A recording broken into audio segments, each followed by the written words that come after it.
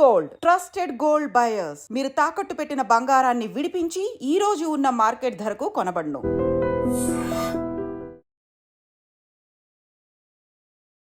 Hello guys, welcome back to edge media. ఎక్కువ మంది gold కొనాలి అనుకునే వాళ్ళందరి సంఖ్య కూడా ఇప్పుడు కాస్త తగ్గిందని చెప్పొచ్చు. ఎందుకంటే పెరిగిన గోల్డ్ రేట్స్ అలా ఉన్నాయి కాబట్టి. అయితే ఒక రకంగా చెప్పాలంటే 1,00,000 వరకు రీచ్ అయిన గోల్డ్ మళ్ళీ కాస్త వెనకబడిందని చెప్పొచ్చు. బట్ ఇది ఎలా ఉంటుంది, ఎంతకాలం ఈ ప్రైజ్లు ఉండే ఛాన్సెస్ ఉంది, గోల్డ్ తగ్గే అవకాశం ఎప్పుడైనా ఉందో ఫ్యూచర్లో తెలుసుకుందాం. Hi sir. హాయ్ అండి. ఫస్ట్ థింగ్, గోల్డ్ అందరూ 1,00,000 టచ్ అవుద్దని మాత్రం అనుకోలేదు. ఒకటి.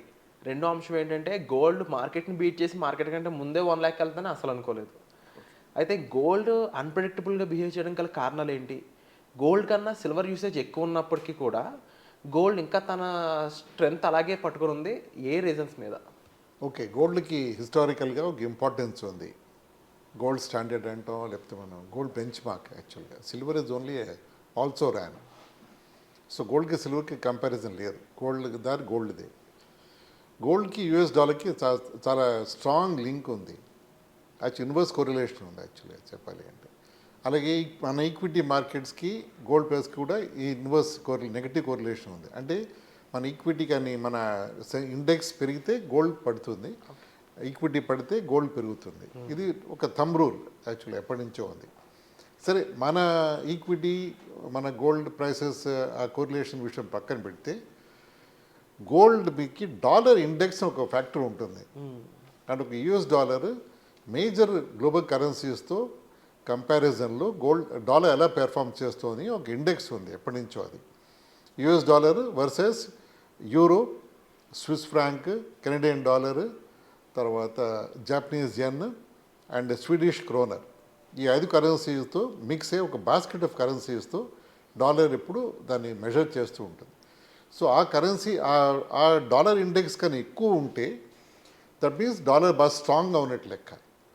సో ఇప్పుడు అది మన సెన్సెక్స్ అది అప్ డౌన్ అవుతూ ఉంటుంది. కానీ బై అండ్ లార్జ్ 100 పైన ఉంటే డాలర్ బాగా స్ట్రాంగ్ ఉన్నట్టు లెక్క. గత సమ్ టైం అది నెగిటివ్ అయింది. నెగిటివ్ అంటే పడిపోయింది, 100 కంటే తక్కువ కూడా వెళ్ళింది చాలాసార్లు. సో డాలర్ వీక్ అవడంతో gold becomes easy to buy. So easy to buy అనగానే గోల్డ్కి డిమాండ్ పెరుగుతుంది. డిమాండ్ పెరగగానే ప్రైసెస్ పెరిగిపోతాయి. సో డాలర్ పడడంతో గోల్డ్ ప్రైస్ పెరిగిపోతుంది అక్కడ. అదే జరుగుతుంది గత ఆల్మోస్ట్ 2-3 ఇయర్స్గా. డాలర్ పడుతోంది, ఆ డాలర్ ఇండెక్స్ పడుతోంది, గోల్డ్ ప్రైస్ పెరిగిపోతుంది. అట్ ది సేమ్ టైం మన ఈక్విటీస్ కూడా పడుతున్నాయి, లేస్తున్నాయి కాబట్టి 6-8 మంత్స్గా 1 ఇయర్ గాను. సో దేర్ఫోర్ మన అది కూడా ఉంది, దీంట్లో ఫ్యాక్టర్ కూడా ఉంది. ఒక ఫ్యాక్టర్ మన ఇండియన్ గోల్డ్ విషయం చెప్పాలి అంటే 2015లో దాదాపు 26 వేల రూపాయలు ఉండేది 10 గ్రాములు. అది అంటే 10 గ్రామ్స్ గోల్డ్. అదే 1 lakh టచ్ అయింది ఆ ఫ్యాక్టరీ. అది 2019 వరకు 25-30 రేంజ్లో అది ఆపరేట్ అవుతుంది. అంటే 5 ఏళ్ళ పాటు అది ఆల్మోస్ట్ అదే బ్యాండ్లో ఆపరేట్ అయింది. 19 నుంచి 24-25 వరకు ఏకంగా అది 93 టైమ్స్ పెరిగిపోయింది. 30,000 to 90,000+ పెరిగిపోయింది అది. సో అంటే మీరు అన్నట్టు ఇందాక సెన్సెక్స్ కాదు కదా, అన్నింటినీ బీట్ చేసి ఎదిగిపోయింది. దానికి ముఖ్యమైన కారణం డాలర్ వీకెనింగ్.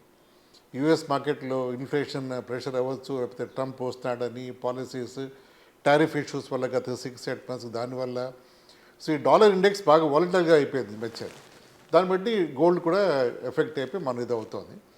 సో అది గోల్డ్ పడుతుందా, కొనుక్కోవాలా, పెళ్లి సీజన్ వచ్చేస్తుంది, ఇప్పుడు ఏం చేయాలి అంటే చెప్పలేము. అది ఇది all depends on Trump tariffs వాళ్ళ డెసిషన్ మీద. డాలర్ కానీ స్ట్రాంగ్గా అయితే గోల్డ్ వీక్ అవుతుంది కాబట్టి డిమాండ్ కంట్రోల్లో ఉంటే మన ప్రైసెస్ తగ్గచ్చు. అట్ సేమ్ టైం డాలర్ కానీ వీక్ అయితే again same story, gold prices పెరిగే అవకాశం ఉంది. సో దాన్ని పసిగట్టడం, దాన్ని ప్రిడిక్ట్ చేయడం ఎవతరం కాదు. But only follow the gold path and the gold standard. That's what I will say. And silver ఇంకా యూసేజ్ పెరిగింది, ముఖ్యంగా స్పేస్ సంబంధించిన ఇండస్ట్రీస్ పెరుగుతున్నాయి కాబట్టి అక్కడ సిల్వర్ యూసేజ్ ఎక్కువ ఉంది. అలాగే లేటెస్ట్ ఆటోమొబైల్స్ ఇండస్ట్రీలో కూడా సిల్వర్ యూసేజ్ ఎక్కువ ఉంది డ్యూ టు ఈవీ ఇండస్ట్రీ అనేది పెరగడం అనేది చెప్తా ఉన్నారు రీజన్స్. ఇంత ఫ్యూచర్ ఉందా సిల్వర్కి? సో సిల్వర్కి సంబంధించిన స్టాక్స్ కానీ, సిల్వర్కి సంబంధించిన లేకపోతే ఎన్ని రకాల ఎసెట్స్ ఉన్నాయి సిల్వర్కి సంబంధించి, అవన్నీ పెరిగే ఛాన్స్ ఉందా? సిల్వర్ ఒక ఇండస్ట్రియల్ యూజ్లో బాగా యూజ్ కనిపిస్తుంది. దాని పెర్ఫార్మెన్స్ ఇండస్ట్రియల్ యూజ్లో చెప్పినట్టు అదే ఉంది. ఆ సెక్టర్స్ ఆటోమొబైల్ సెక్టర్ ఆబ్వియస్గా ఇవి చాలా ఫోకస్లో ఉంది. అక్కడ కన్సంప్షన్ డిమాండ్ బట్టి సిల్వర్ బాగానే మూవ్ అవుతుంది. ఇందాక మనం అనుకున్నాం gold and silver moving almost simultaneously. Silver కూడా బాగా పెరుగుతోంది. కానీ సిల్వర్ పెరుగుతుంది, డిమాండ్ పెరుగుతోంది. ఇండస్ట్రియల్ డిమాండ్ యూజ్ వల్ల పెరుగుతోంది సిల్వర్. సో అది కూడా మనం ట్రాక్ చేయొచ్చు. సిల్వర్ ఈటీఎఫ్ కూడా బాగా మంచి వ్యూలో ఉంది. అది ఇన్వెస్ట్మెంట్ సర్కిల్స్లో కూడా బాగా మూవ్ అవుతుంది. But gold ETFs are doing the best. కొన్ని ఫండ్స్ మన దాంట్లో ఈటీఎఫ్ ఫండ్స్ కూడా బాగా పెర్ఫామ్ చేస్తున్నాయి. అండ్ ఇందాక అనుకుంటే హైబ్రిడ్ ఫండ్స్లో పెడితే దాంట్లో గోల్డ్ కూడా ఒక ఇంపార్టెంట్ కంపోనెంట్గా కూడా ఉంది దాంట్లో. That should give us balance in the return in the portfolio. గోల్డ్ అన్ప్రెడిక్టబుల్గా బిహేవ్ చేయడం గల కారణాలు ఏంటి? గోల్డ్ కన్నా సిల్వర్ యూసేజ్ ఎక్కువ ఉన్నప్పటికీ కూడా గోల్డ్ ఇంకా తన స్ట్రెంగ్త్ అలాగే పట్టుకొని ఉంది. ఏ రీజన్స్ మీద? ఓకే, గోల్డ్కి హిస్టారికల్గా ఒక ఇంపార్టెన్స్ ఉంది. గోల్డ్ స్టాండర్డ్ అంటాం, లేకపోతే మనం గోల్డ్ బెంచ్ మార్క్. యాక్చువల్గా silver is only also Ryan. So గోల్డ్కి సిల్వర్కి కంపారిజన్ లేదు. గోల్డ్ దారి గోల్డ్దే. గోల్డ్కి యూఎస్ డాలర్కి చాలా స్ట్రాంగ్ లింక్ ఉంది. యాక్చువల్ ఇన్వర్స్ కోరిలేషన్ ఉంది యాక్చువల్గా చెప్పాలి అంటే. అలాగే మన ఈక్విటీ మార్కెట్స్కి గోల్డ్ ప్రైస్కి కూడా ఈ ఇన్వర్స్ నెగటివ్ కోరిలేషన్ ఉంది. అంటే మన ఈక్విటీ కానీ మన ఇండెక్స్ పెరిగితే గోల్డ్ పడుతుంది, ఈక్విటీ పడితే గోల్డ్ పెరుగుతుంది. ఇది ఒక థంబ్ రూల్ యాక్చువల్లీ ఎప్పటి నుంచో ఉంది. సరే, మన ఈక్విటీ మన గోల్డ్ ప్రైసెస్ ఆ కోరిలేషన్ విషయం పక్కన పెడితే గోల్డ్ మీకు డాలర్ ఇండెక్స్ ఒక ఫ్యాక్టర్ ఉంటుంది. అంటే ఒక యూఎస్ డాలర్ మేజర్ గ్లోబల్ కరెన్సీస్తో కంపారిజన్లో డాలర్ ఎలా పెర్ఫామ్ చేస్తుంది ఒక ఇండెక్స్ ఉంది ఎప్పటి నుంచో. అది US dollar versus euro, Swiss franc, Canadian dollar, తర్వాత Japanese yen and Swedish kronor. ఈ 5 కరెన్సీస్తో మిక్స్ అయ్యి ఒక బాస్కెట్ ఆఫ్ కరెన్సీస్తో డాలర్ ఎప్పుడు దాన్ని మెజర్ చేస్తూ ఉంటుంది. సో ఆ కరెన్సీ ఆ డాలర్ ఇండెక్స్ కన్నా ఎక్కువ ఉంటే దట్ మీన్స్ డాలర్ బాగా స్ట్రాంగ్గా ఉన్నట్టు లెక్క. సో ఇప్పుడు అది మన సెన్సెక్స్ అది అప్ డౌన్ అవుతూ ఉంటుంది. కానీ బై అండ్ లార్జ్ 100 పైన ఉంటే డాలర్ బాగా స్ట్రాంగ్గా ఉన్నట్టు లెక్క. గత సమ్ టైం అది నెగిటివ్ అయింది. నెగిటివ్ అంటే పడిపోయింది, 100 కంటే తక్కువ కూడా వెళ్ళింది చాలాసార్లు. సో డాలర్ వీక్ అవడంతో gold becomes easy to buy. So easy to buy అనగానే గోల్డ్కి డిమాండ్ పెరుగుతుంది. డిమాండ్ పెరగగానే ప్రైసెస్ పెరిగిపోతాయి. సో డాలర్ పడడంతో గోల్డ్ ప్రైస్ పెరిగిపోతుంది అక్కడ. అదే జరుగుతుంది గత ఆల్మోస్ట్ 2-3 ఇయర్స్గా.